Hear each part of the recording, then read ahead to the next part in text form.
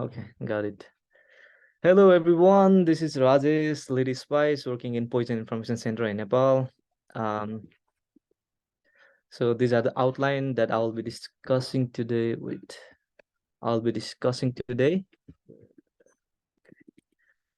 Uh, so on December 22 at 6 o'clock, 6 p.m., the patient ingested the rat poison and is brought to hospital. And at 6:54 p.m., 1854, we received the call from Chaudhara Hospital about suspected rat poison ingested for suicidal purpose, and no photos of poison was available at the time. The patient presented with nausea, vomiting, pain, abdomen, jitteriness, vitals very stable, conscious, alert, with GCS of 15. Uh, in 1856, the differential of superwarfarin or zinc phosphide as a common rat poison was done and requested baseline lab investigation to the treating physician. On 7:20 p.m., the treating doctor, they sent us the photo of the poison the patient ingested, and it was zinc phosphide. So the brand is Ratil compound zinc phosphide in powder form with 80% weight by weight composition of zinc phosphide. 5 to 10 gram was ingested, and the time the patient ingested the poison was 5 to 5:30 p.m. And the intention was suicidal because of quarrel with husband. Um, on the same day, on 1932, we consulted the international team and recommended gastric lavage or angiotuve suction is discussed. And after 3 minutes, the gastric lavage with activated charcoal was started with all ABCD management and lab investigation were sent. ECG was normal. Lab investigation also came to be normal. No ABG or ICU services available at the hospital. So we discussed about need of ICU and refer the patient to the higher center. On day one, on December 23, at 10 o'clock, we called the patient and we got info. We already took the patient phone number, so I followed up with the patient to know where the patient actually went for ICU. So we called at 10 a.m. and we got info about the hospital. I called directly the hospital number and talked with the ICU sister, and patient had acidosis and hypotension, but I couldn't get much more information from the sister because like she couldn't share all the information. And at 6 p.m., the patient I followed up again, and the patient was in ICU, was feeling better, and the plan was to transfer the patient out to ward tomorrow. On December 24, day 2 at 3 p.m., I followed up the patient, and the patient was already transferred to the medical ward as the patient was doing better and the vitals were within normal limits. On day 3, again 3 p.m., I followed up the patient. She was doing better, vital stable. Currently, she is in the same medical ward. Observation on day 4, 3 p.m., followed up again. Looks like the patient was recovered and discharged home because I called the ward and they said there is no patient name dot dot with zinc phosphide poisoning. So yeah, and I assume she was recovered and discharged home. So this is the timeline of the patient that we got about zinc phosphide. She recovered finally, which is very good, and we were able to follow her till from the initial hospital to finally recovered and getting back to home, back to normal life. So to compare, today since we'll be discussing about the toxidrome of phosphine gas, so we will be discussing these things. So we have two chemicals commonly found in Nepal that produces toxicity by phosphine. So one is zinc phosphide, comes as ratil or ratnil. Another is aluminum phosphide, comes as a tablet. Now it's also in the powder form. Aluminum phosphide comes as cell-phos or quick-phos in Nepal. Mechanism of action is or mechanism of toxicity is same. They both releases phosphine gas with water or hydrochloric acid in GI tract. The basic uses of zinc phosphide is rodenticide and aluminum phosphide to be rodenticide, and also the bedbug fumigation. That I knew the day before yesterday because the one of the hospital from Kathmandu, they called me with the patient ingesting the bedbug or udus fumigation poison, and later we found that it was aluminum phosphide. The toxic dose of the zinc phosphide it's not clearly mentioned, but I found that 4 to 5 grams of the zinc phosphide is toxic, and 1 gram of or 1 tablet or 3 grams of aluminum phosphide is toxic or lethal. The action of zinc phosphide is very slow, so the symptoms we get are could be mild or like very less as compared to aluminum, because it produces phosphine super fast, and the symptoms appear faster than zinc phosphide. So the phosphine is produced in plastic, and so in industries, it's very interesting that the phosphine gas is produced in plastic and semiconductor industries as well, and they have set a limit of the phosphine, which is if it's more than 50 parts per million, it's very dangerous to life, and if it's 400 to 600, so it's mainly for industrial purposes, it's lethal. Phosphine, it is the mitochondrial toxin. It inhibits the oxidative phosphorylation, and also it's a nucleophile, so it's a strong reducing agent, and it helps in the formation of reactive oxygen species and cellular peroxidase, which does the lipid peroxidation and eventually leads to cell death. So the another mechanism that that the phosphine gas does is it does the reduction of glutathione concentration in tissues. So the people measure the glutathione concentration in tissues, and they suggest that the phosphine gas also reduces the glutathione, and it causes accumulation of free radicals and others. So these are the factors that cause toxicity. Also, in the patient with aluminum phosphide, there are indicators of oxidative stress, like there is reduced glutathione and others. So, which the people found that the peak levels within 48 hours of exposure, like there is reduced glutathione within 48 hours of exposure, and the glutathione level in blood reaches normal by day 5. So signs and symptoms. The person who is ingesting zinc or aluminum phosphide is releases phosphine gas, as we talked already. So the symptoms are very rapid, and one case series of 92 patients, it reported that 55% of the death was within 12 hours and others was within 24 hours. So this is the statistics that we got in our poison information center. Here we had 11% of the total patient we received had zinc phosphide, and 5.1 had aluminum phosphide. So total of 17% of the patient that we saw within last 6 months, we had zinc or aluminum phosphide. So the early symptoms, the people usually present to the hospital with GI symptoms like nausea, vomiting, epigastric gastrointestinal pain, diarrhea, and the very a dangerous thing that we early symptom that it's very dangerous to life is like hypotensive shock, cardiac failure. These are the signs of severe poisoning, and the complication includes refractory hypotension that we all the clinicians are afraid of. Another big thing about the phosphine is lactic acidosis. Since it is the mitochondrial toxin, it blocks the oxidative phosphorylation. So all the glucose that goes into lactic acid pathway and causes lactic acidosis and metabolic acidosis. The other symptoms include like pulmonary edema, respiratory failure, anoxia. In neurological, there is headache, dizziness, drowsiness, and the people generally remain conscious till cerebral anoxia. Many of the patients, they remain conscious, and later they deteriorate rapidly because of the refractory hypotension, acidosis, and neurological features like drowsiness, delirium, and coma.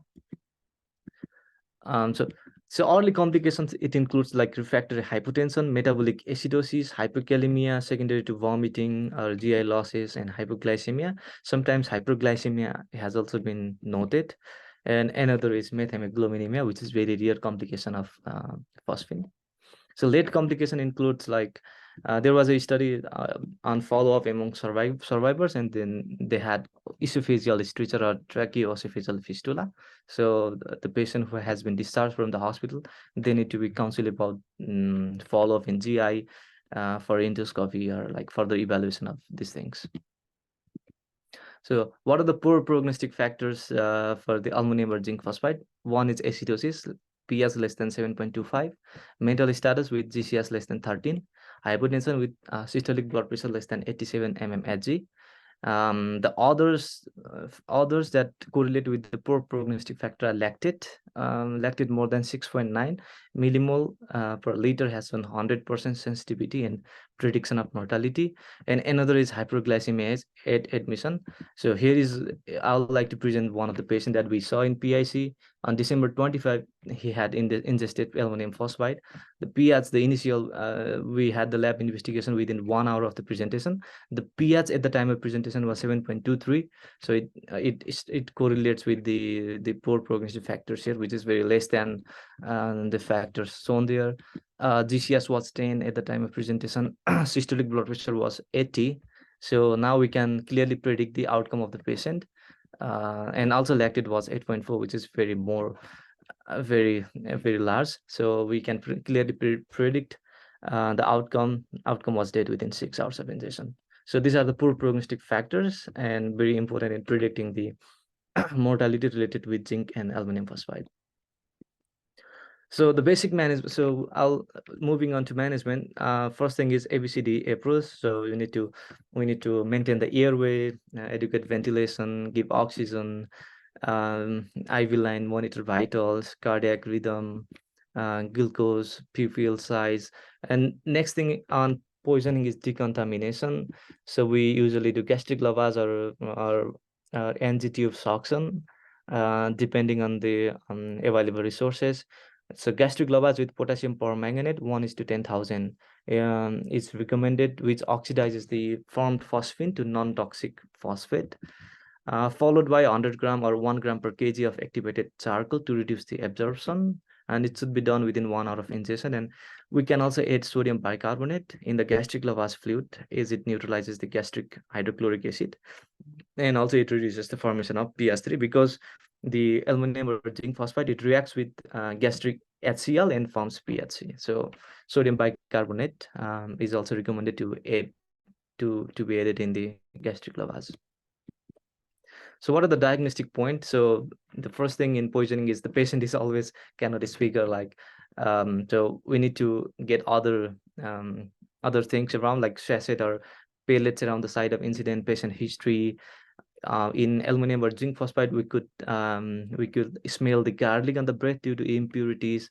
And next thing is silver nitrate impregnated paper test, which turns the paper into black. So this also confirms that there is phosphine forming in the abdomen, and we can clearly predict even if we don't know.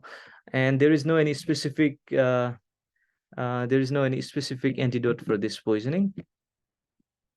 The investigation and monitoring, what we need to do, we need to get the baseline investigations, like complete blood count and etc., electrolyte, calcium, magnesium.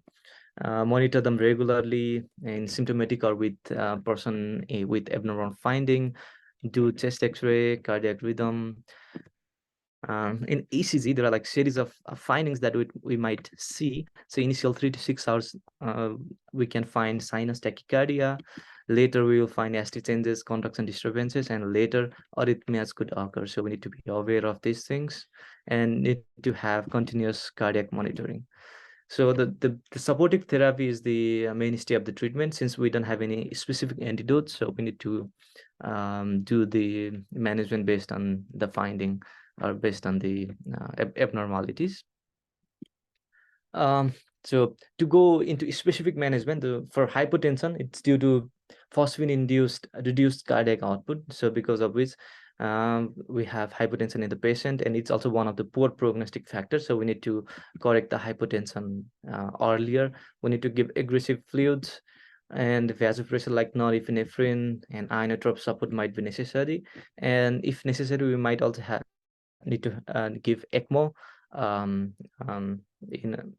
if we couldn't manage it with above treatment methods. And also invasive hemodynamic monitoring might be needed, since we are pretty afraid of the refractory hypotension, and since it's one of the poor prognostic factor, we need to monitor the BP and cardiac thing, even if it's necessary to have invasive monitoring. Other are metabolic acidosis. Lactic acidosis is due to impaired oxidative phosphorylation. So we have lactic acidosis in this patient, as we talked already, and it's also one of the poor prognostic factor. So we need to give sodium bicarbonate. We need to correct potassium before giving sodium bicarbonate. Here are the doses for adult and the children. Next thing is hypokalemia that we need to be aware of, secondary to which is mainly due to vomiting and diarrhea. We need to correct with potassium chloride. In severe, we might need to give IV fluids. Otherwise, oral potassium chloride or dietary intake is enough. Next thing is hypoglycemia. It is due to impure gluconeogenesis or glycogenolysis in due to phosphine-induced toxicity. IV glucose or dextrose is enough. Next is methemoglobinemia, which is a very real complication, and we need to think about it. If the patient develops sinuses and are not responding to oxygen therapy, so we need to keep this in mind. And we might, and the treatment is high flow oxygen, and sometimes antidote therapy with IV methylene blue could be given. And before discharging from the hospital, we need to do the barium swallow or endoscopy to detect the esophageal complication like tracheoesophageal fistulas. And here comes the discussion. So these are the things that these are the new things coming up, and there has been a lot of studies going on. So I'd like to discuss these things and with the aluminum or zinc phosphide. So one thing is magnesium sulfate in metallic aluminum or zinc phosphide poisoning. I couldn't find this information in others, but when I went to teaching hospital and when I see the cardex, the patient was given magnesium sulfate, and I asked one of the resident, and they told me that magnesium sulfate, it's good. It's being used in aluminum or zinc phosphide. So I went through the papers. Looks like it acts as a cell membrane stabilization factor, and since one of the fatal complication was arrhythmia in phosphine, there has been theories that giving supplementing magnesium sulfate could reduce the incidence of fatal arrhythmia, but still exact mechanism is still being unclear.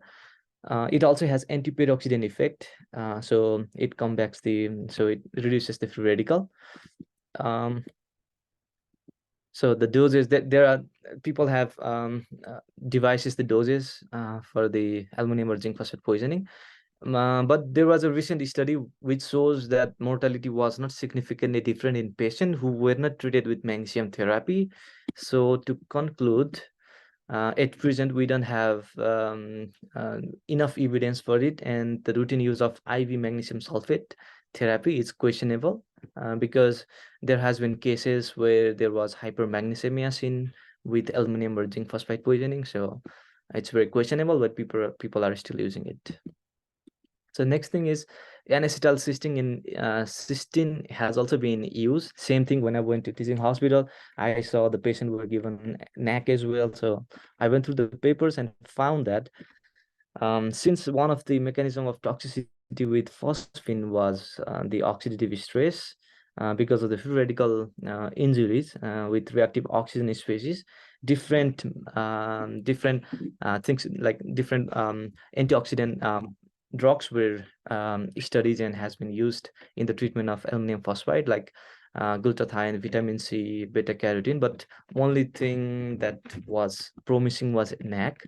So people are using it. It stimulates the glutathione synthesis and counteracts the damaging effect of free radicals. So it has been people are using it, and in the experimental study, NAC reduced the myocardial oxidative injury, and it has improved the patient.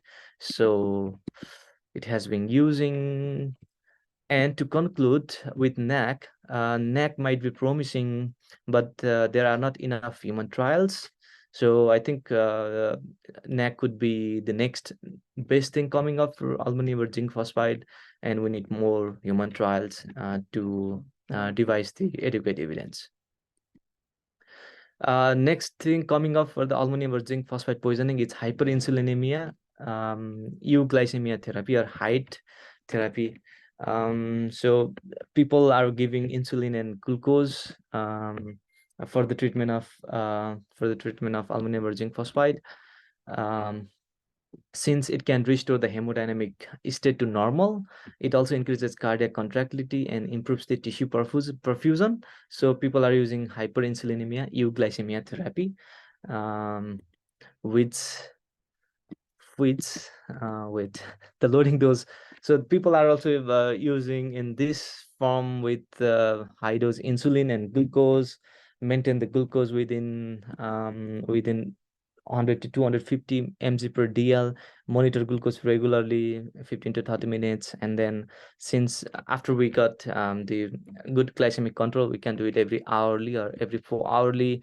Record, monitor electrolytes, supplement, um, and we need to target the hemodynamic stability for this therapy, which I've mentioned here. This is very interesting that new things are coming up for the management of aluminum and zinc phosphide. Next thing coming up is intravenous lipid emulsion, or ILE. So it was introduced in 1960, and later in 2010 it has been started to be used for organophosphate and other toxins. So ILE, it acts as a lipid sink, and since phosphine is high lipid soluble toxin, so the ILE therapy, since it's a lipid sink, it will neutralize the phosphine and reduces the plasma level of toxin, because of which the symptom related to phosphine will be decreased. So these are the loading dose followed by infusion of this, and when to stop, maximum duration. So we need to stop ILE after the resolution of toxicity are okay. Next thing is water versus well decontamination in metallic phosphide poisoning. Since the aluminum or zinc phosphide, it reacts with water of the gastric lavage or fluids, and it may increase the phosphine gas production. So there has been ongoing studies about how to do the gastric lavage, whether we use water or we can use other things. So recently, the oil-based solutions are also being tried for aluminum and zinc phosphide poisoning, like liquid paraffin, coconut oil. These are being used, but we don't have enough evidence yet for the use of oil-based solution instead of NS. So these are kind of questionable, but we could try these things as well. So to summarize the things that we discussed, first of all, there will be suspected or accidental inhalation with aluminum or zinc phosphide. Then they present to hospital. We do basic ABCD management, maintain airway, breathing, circulation. Then we get to the emergency. We have history examination, and when we go through the signs, symptoms, complications, with multiple symptoms, with multiple systems.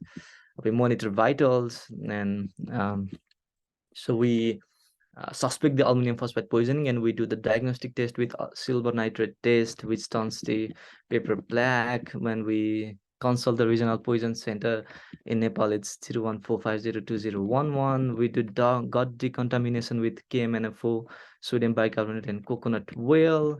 Later, we do basic investigation for the organ insult, and we watch for sign symptoms and give management accordingly. So the first thing that we need to aware of is arrhythmia. We do the cardiac monitoring, do regular ECGs, continuous cardiac monitoring. Um, Next thing is shock, that we are very afraid of refractory hypotension. We give aggressive fluids, inotrope support, norepinephrine. And next thing is respiratory, ARDS. So we give oxygen, ventilatory support. Next thing is metabolic acidosis. We give sodium bicarbonate, and we do hemodialysis if necessary. Other is we maintain the electrolyte, blood sugar level, magnesium sulfate, steroids, vitamin C, NAC. Multiple things could be tried as long as it's beneficial to the patient. So this is the summary. And the challenges that we face is, like, sometimes tox base alone is not enough in clinical management. So having up-to-date or like other resources would be an extra benefit. So we don't have much journal access. So having journal access would be nice. The next thing is regular case discussion as we, and also the well-established team of expert, because sometimes we get confused and we couldn't get answers within minutes or like within within short time. So having these things in within our fingertip would be nice, and having on-call experts or consultant would be also nice. So these are the references that I took, and here comes to the end of my presentation. And I look forward to have any. Do you have any questions or any discussion point? Thank you. Rajesh, good job. Yeah, I think that was a really good summary of a really important pesticide poisoning in Nepal and around the world. A few questions about this. So, one, are the on your research, did you find that most of the sort of rodenticide that are used now, are they mostly superwarfarin or are they mostly these? There are superwarfarin as well, like bromodiolone, How, but how common are superwarfarins in Nepal?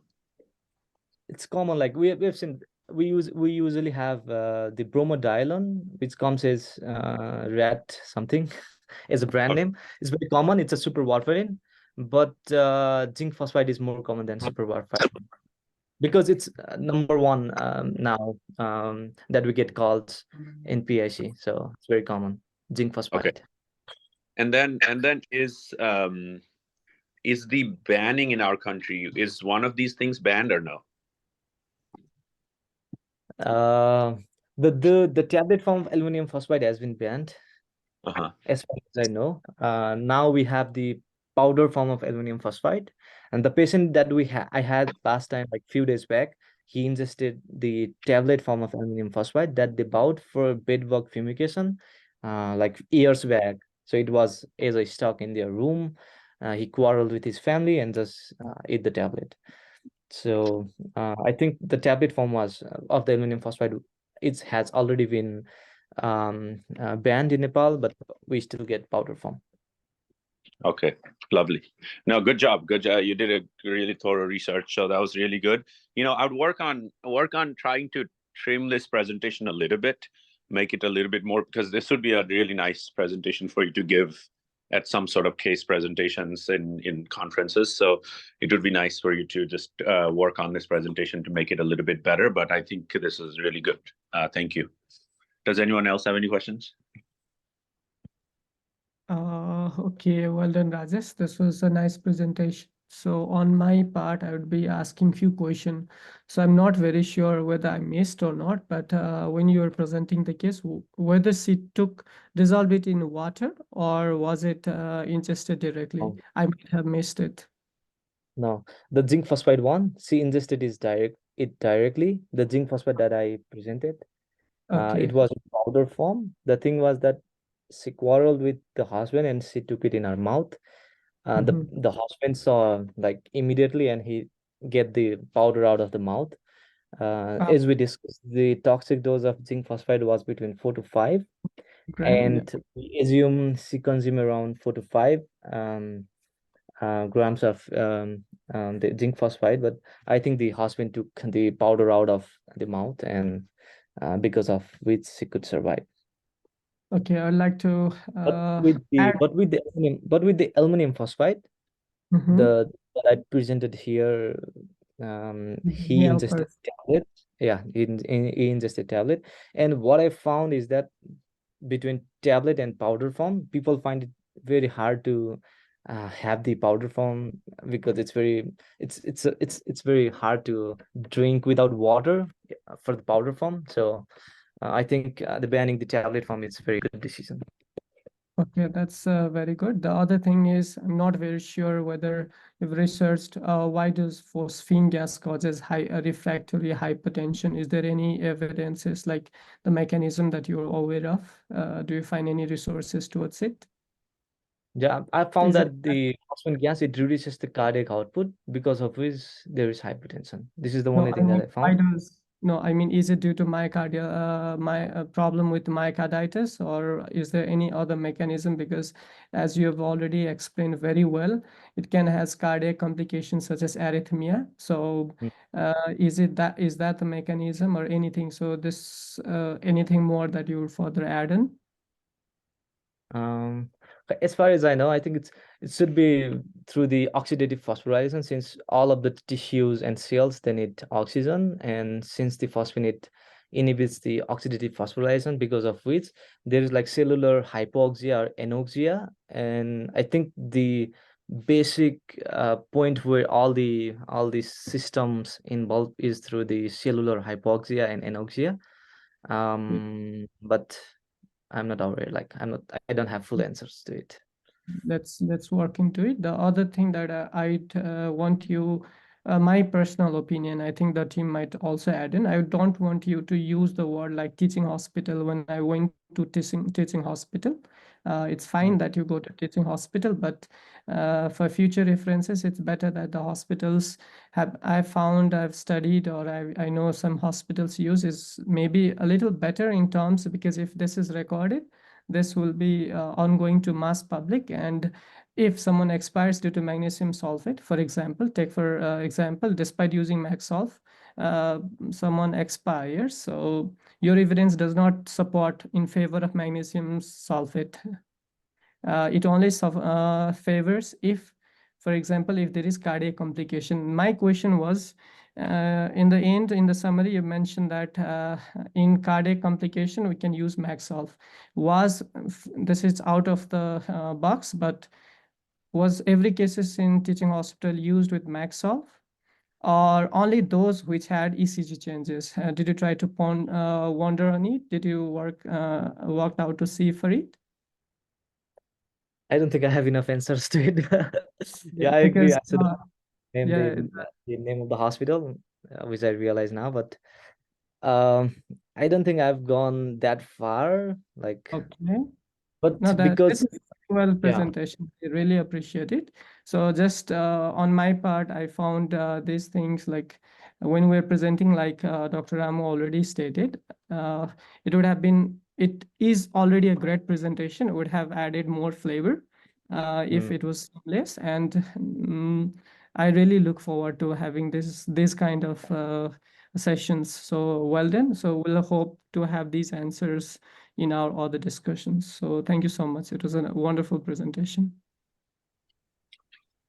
Yeah, guys, I have to leave in 3 minutes, so I'm just gonna say a few things, and then you guys can continue with the meeting. I think for this type of things, Rajesh, so this should, when you do this, we need to make sure two things. One, we invite our international people on the international group. yeah. And two, everyone from TU needs to be in this. TU is leading this poison center. They cannot not come to this type of meetings. And especially people who are in Nepal, Praveen and Dr. Akriti and people like that, like from the department, like we should coordinate with their schedule. And if it, I don't know if they agreed to come to today's meeting or not. Had they already agreed? Do you know if they had said yes to this meeting today? Yes त अलि भन्नुभएको जस्तो लाग्छ मलाई चाहिँ अस्ति कुरा गर्दाखेरि अब Yeah, you टाइम see, पनि so not acceptable, right? Like we can't have a teaching meeting with the department that's running this poison center with something like this and them not showing up. So they really need to be in this type of meeting. So please make sure that's coordinated next time, because this is a learning part. Like I'm really a weekly meeting on Nabini. You're learning wala halkoma chahi, they should all be represented. And then we should try to also have our expert toxicologist, because they can, the kind of feedback they can give, we cannot give. So there's so many confusions. So I think we need to have international team and like experts to be in the presentation and yeah, were they invited? No, we didn't. Like we're not sure about it. Maybe we could do it later or in the next meetings. Yeah, invite them, right? Like the same group that you're asking questions, and you can say, hey guys, we're doing a presentation at this date. It would be great if you join. And they seem very excited. They are all very interested in, it seems like, joining and contributing. So I think that would be good. But either way, that being said, I have to hop off to another meeting. I'll catch up. Is there anything on the weekly meeting agenda that you need my answer in, or no? Is less toxic, yes, because the reason why zinc phosphide is less hazardous, the people who are taking zinc phosphide has less mortality as compared to, the reason is zinc phosphide is available in crystalline form. Crystalline form, and they have to take water to ingest it. So they can't take it like directly to the mouth. And palatable पनि हुँदैन अनि गाह्रो हुन्छ. That's why they use water. When it gets dissolved in water, it reduces the phosphate gas, and after all, like induces the cytochrome oxidase C, and then the subsequent process, whole process will go on. So this is the reason why zinc phosphide, aluminum phosphide, aluminum phosphide most other days. Even one tablet can lead to 90% mortality. 2 tablets is 100% mortality. It again depends upon the body weight, because if there's more fat, 1 gram can lead to less mortality. If there's lean body mass, one tablet will lead to the mortality of the patient. So this is the basic. I'm sorry I missed the presentation. I just want to make clear about this. अनि अर्को चाहिँ के छ भन्दाखेरि चाहिँ अब I don't know अहिले new development छ अहिले एल्युमिनियम फस्फाइड ट्रिटमेन्टमा यदि कसैले सोध्यो भनेदेखि चाहिँ so Rajesh, did you mention about the NAC in the treatment of aluminum phosphide? हजुर सर NAC डिस्कस गरेँ सर हजुर. Okay, म that's fine. पोइन्ट हुनु राखेको थिएँ अब त्यो I'm sorry, I'm so sorry. म त थाहा नै भन्नु कस्तो म त I'm so sorry I missed the presentation. My sincere apologies. So I should have joined this. Next step it I'll join. All right, guys, continue. I have to go. Thank you, Dr. Rakesh, for your answers. Okay. Bye-bye.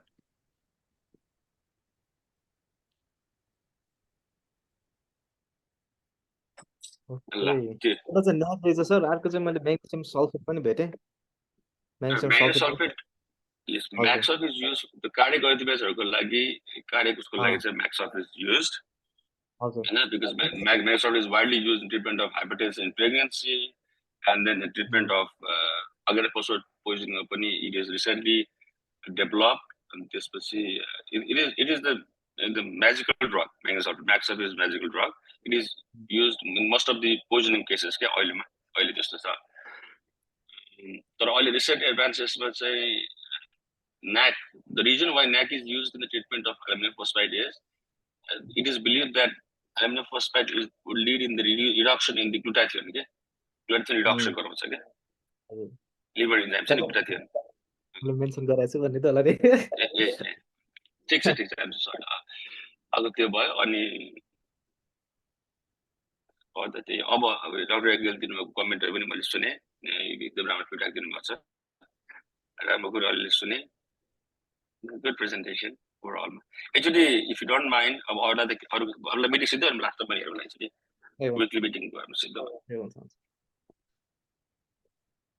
The weekly moderate